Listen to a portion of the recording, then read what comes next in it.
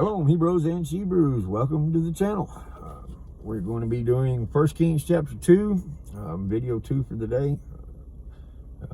Like I said in the other video, if you're watching this one first, we're going to start doing this a little different. I'm going to do one video of Old Testament, one video of New Testament, try to bust both of those out in one day.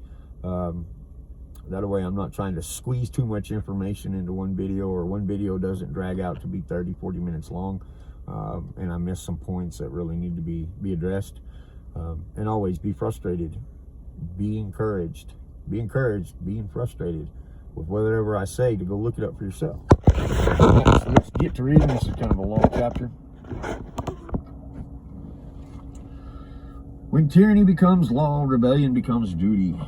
That's actually written in our Constitution, and I have that flag up for a reason, because I believe we're in a highly tyrannical government right now.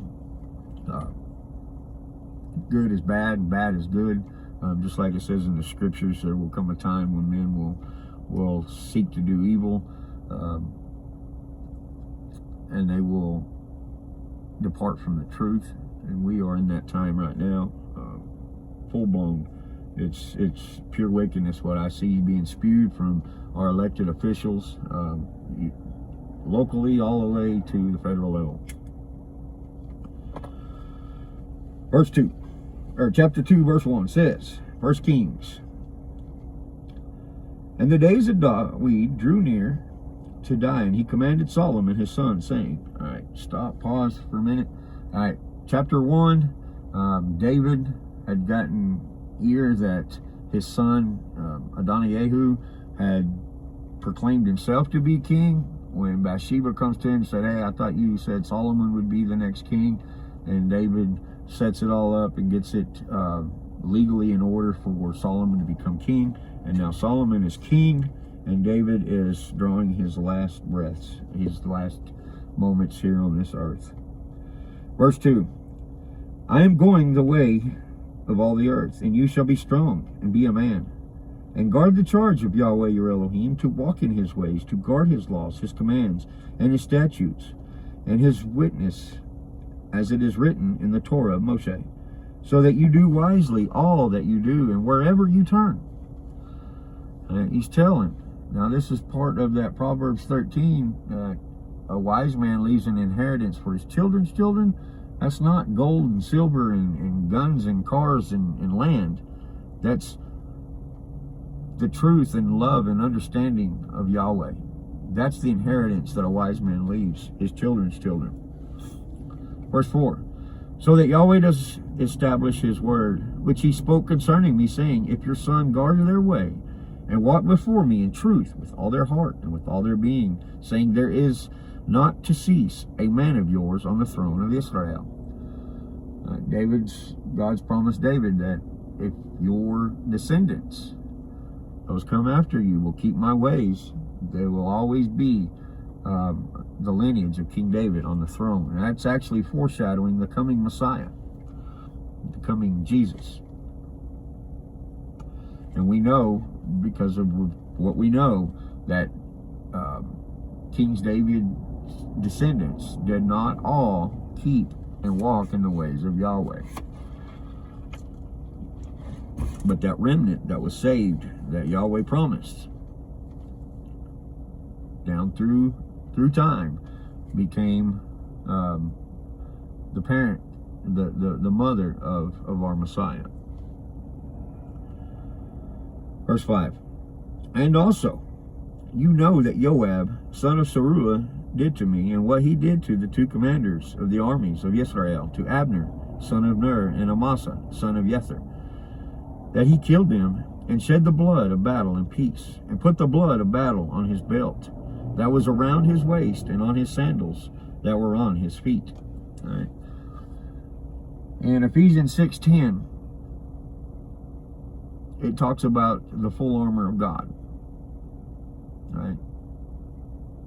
If we have an armor of God, then that means that there is an opposite of that. We're looking at this right here, if that makes sense, that the blood of the innocent around his waist,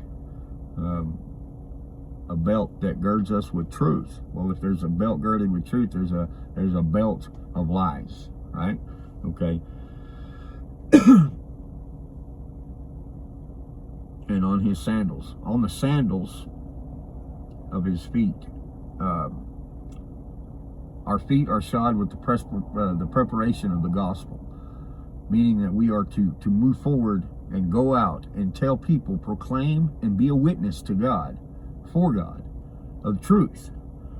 Well, this is a witness of lies, and a witness of deceit, and a witness of evil. Evil is what David's describing here from Joab. See how we can see things of the New Testament from the things of the Old? Isaiah 46:10, that God says that I will proclaim the beginning from the end, or I will proclaim the end from the beginning. Yeah, I will proclaim the end from the beginning. Verse 6, so set according to your wisdom, and do not let this gray hair go down to Sheol in peace.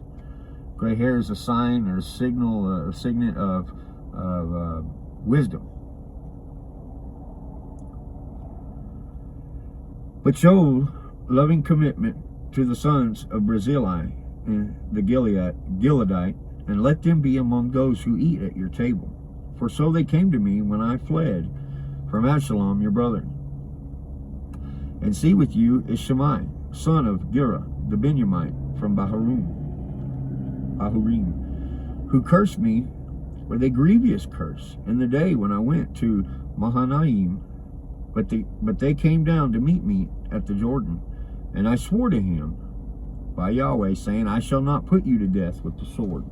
And now, do not leave him unpunished, for you are a wise man and know what you should do to him, and shall bring his gray hair down to Sheol with blood.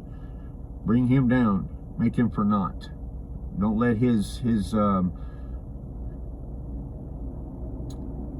ways move forward, in other words. And David slept with his fathers and was buried in the city of David. Dum, dum, dum, dum. David's gone. The age of Solomon. Now remember, he proclaimed that Solomon would be greater than his reign. Solomon would do greater things than he. And we know, just because we've already been there and read this, that Solomon has a great kingdom and a great reign, although he does, for a time, walk away from Yahweh and walks in the way of the world. But through Ecclesiastes, we know that he comes back, if you read all of the book of Ecclesiastes. Verse 11, and the days of David reigned over Israel for 40 years. And he reigned 7 years in Hebron, and in Jerusalem he reigned 33 years. And Solomon sat on the throne of his father David, and his reign was firmly established. And that's interesting that in Jerusalem he reigned 33 years. Jesus was, according to historians, 33 years old when he was put to death at the cross. That's interesting.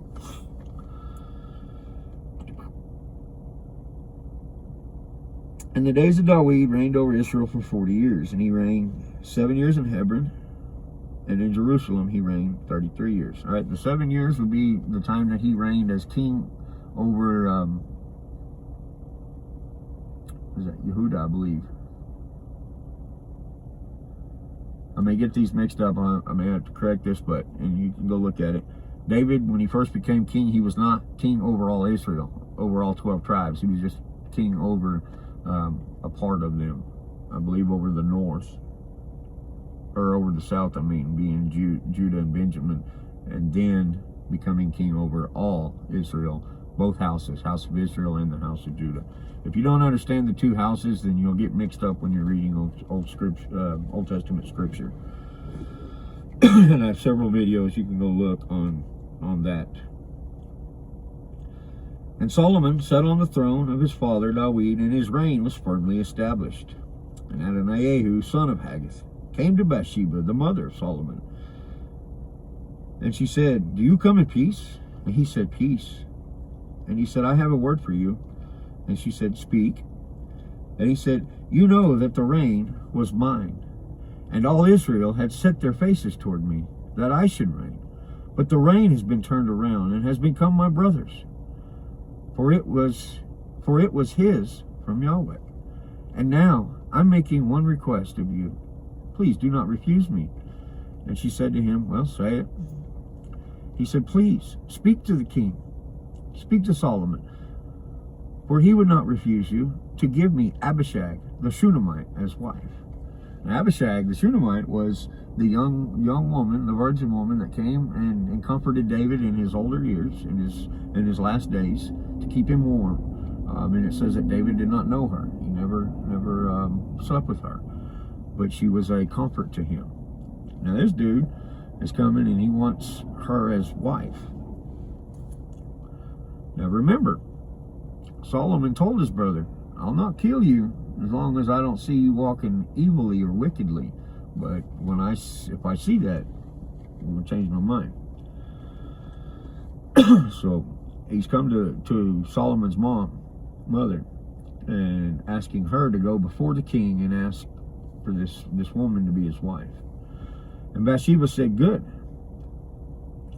Let me speak for you to the king. And Bathsheba came to the king, Solomon, to speak to him for Adonai-Jehu. And the king rose up to meet her and bowed down to her and sat down on his throne and had a throne set for the king's mother. And so she sat at his right hand, and she said, I'm making one small request of you. Do not refuse me. And the king said to her, ask it, my mother, for I do not refuse you. And she said, let Abishag the Shunammite be given to Adonai-Jehu, your brother, as wife. And King Solomon answered and said to his mother, now why do you ask Abishag the Shunammite for Adonai-Jehu? Ask for him the reign also, for he is my older brother, for him and for Abiathar the priest and Joab son of Zeruiah. Why would you ask me this? What's your purpose? Do you want to give him the throne as well? Should you enthrone me? And King Solomon swore by Yahweh, saying, Elohim does so to me, and more also, if Adonai-Jehu has not spoken this word against his own life. And now, as Yahweh lives, who established me and set me on the throne of David my father, and who has made me a house, as he promised, Adonai-Jehu shall be put to death today. And King Solomon sent by the hand of Ben-Jehu, son of Jehoiada, and he fell upon him, and he died. Then the king said to Abiathar the priest, go to Ananoth, to your own fields, for you deserve death. But I do not put you to death at this time, because you did bear the ark of the master, Yahweh, before my father David, and because you were afflicted, and all my father was afflicted in. And so Solomon dismissed Abiathar from being priest to Yahweh, to fill the word of Yahweh which he spoke concerning the house of Eli at Shiloh. And news came to Joab, for Joab had turned aside from Adonai-Jehu, though he did not turn aside from Absalom. And Joab fled to the tent of Yahweh and took hold of the horns of the altar. And the report came to the king Solomon that Joab had fled to the tent of Yahweh, and see, he was by the altar. And Solomon sent Ben-Jehu, son of Jehoiada, saying, go, fall on him, go kill him.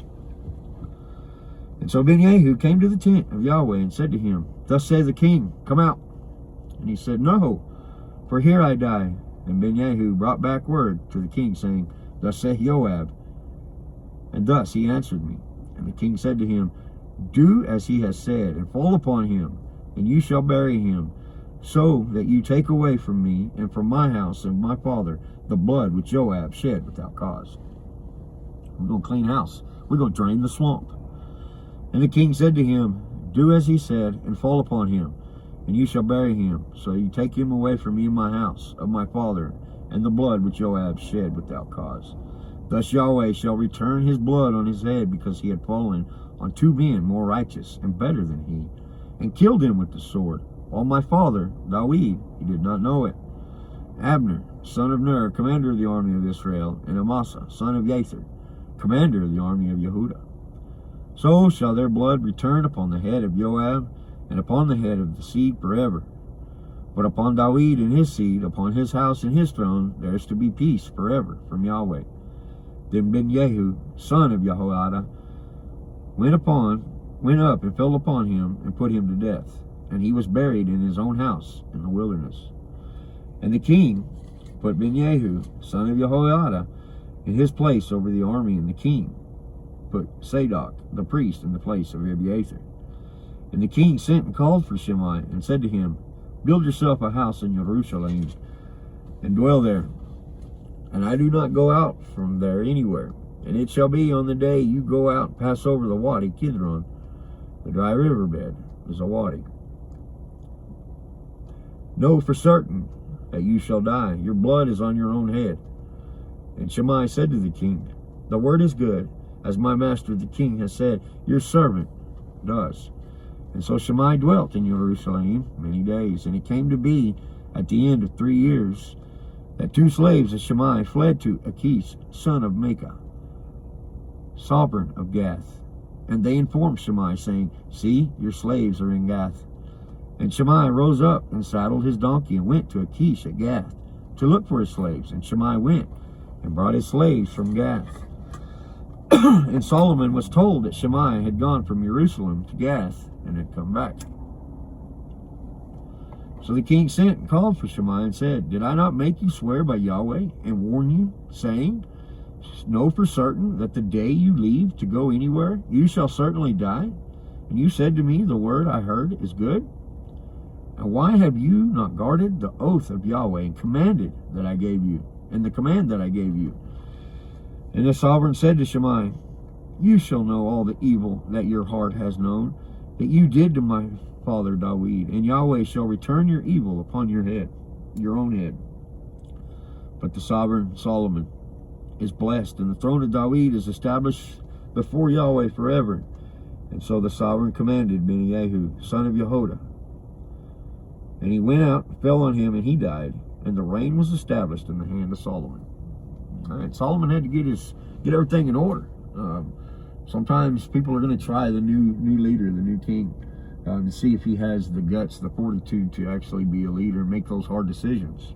And we see that here. And Solomon obviously does. He also put it in their hands.